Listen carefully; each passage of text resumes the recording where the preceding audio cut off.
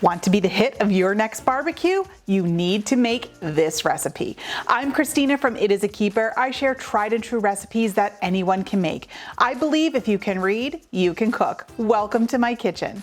Today I'm showing you how to make an elote pasta salad or Mexican corn pasta salad. There is so much flavor jam-packed into this salad, your friends and family will be begging for the recipe. In fact, I included a link to the full printable recipe in the video description below to make it even easier for you. All right, so the first thing we need to do to make our street corn pasta salad is to work on the dressing. I always like to do the dressings first in the bottom of the bowl so that everything can just land in it. So this one starts with mayonnaise, and I'm using my favorite plunger measuring cup here. So great for ingredients like mayonnaise, peanut butter, honey, things like that. So my favorite. I also have some sour cream here. Same thing, smaller measuring cup. Look at how easy that is. Perfect. Now we're going to add a couple of limes. So I also love this citrus squeezer that I have. It makes it so easy to squeeze out all of the juice from our lime. Just look at all the juice that comes out of there. Next up to this, we're gonna start adding flavor. So I'm going to add some garlic. And this is my favorite garlic press. You could just pop it in with the skins on and all. And I'll show you my favorite part in a sec. Push out that garlic pulp. And now here's the best part of this. If you've watched this before, you've seen it. This just pops out and off it comes. Doesn't get easier than that. Next up, we're going to add some seasoning. So here I have some all-purpose seasoning, chili powder, and cumin. All of those in. And we're gonna give everything a whisk just to bring all those flavors together. Okay, so we have our dressing done.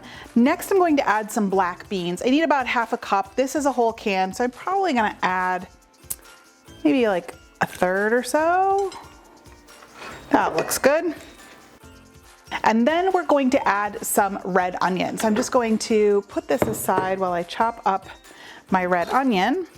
And we need a third of a cup here, so not the whole half. Next up is my jalapeno. I only need 2 tablespoons of this. So the heat in the jalapeno comes from the ribs and the seeds.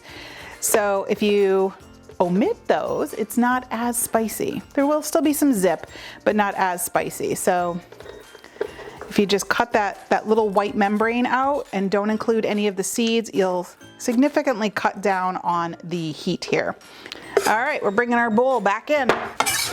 And we'll get all of this in here. And then next up is bacon. Everything is better with bacon. Now, if you are not oven cooking your bacon, you are missing out. Oh, I shouldn't point at you with the knife. It is the easiest way to make crispy, perfectly crispy bacon every time, and it comes out perfectly. So, word to the wise, oven bake your bacon. Because this is a pasta salad, we want everything to fit on a fork, so nice bite-sized pieces. I told you this is crispy. Just listen to that crunch. My goodness. Okay, bowl back in, bacon in bowl. Next up, we're gonna add the pasta. So I already have this cooking. I had it cooked behind me. It's just kind of hanging out here. I'm gonna drain it. Now, when making a pasta salad, it's best to use warm pasta because it's going to absorb all of the flavors so much easier. All right, now to this I'm going to add some corn. This is frozen corn that I've thawed.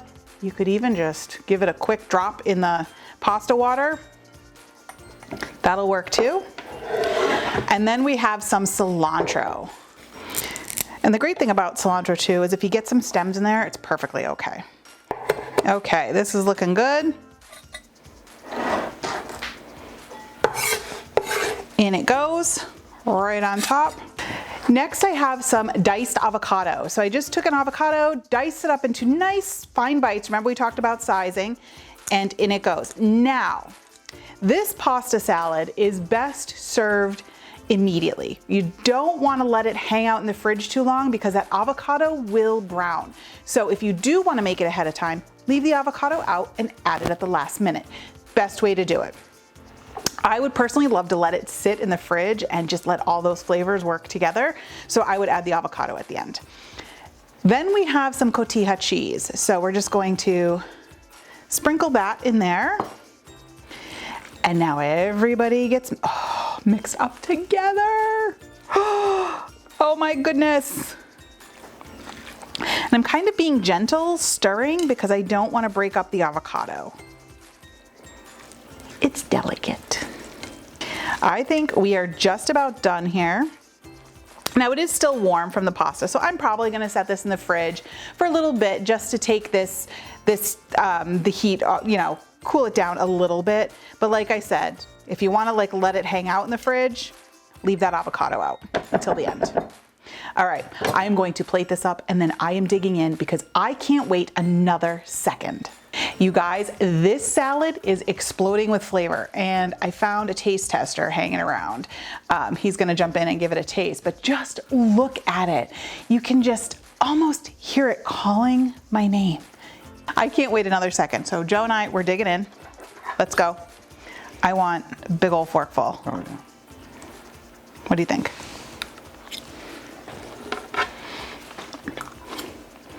Oh my God. Oh wow, it's really good. Oh my gosh.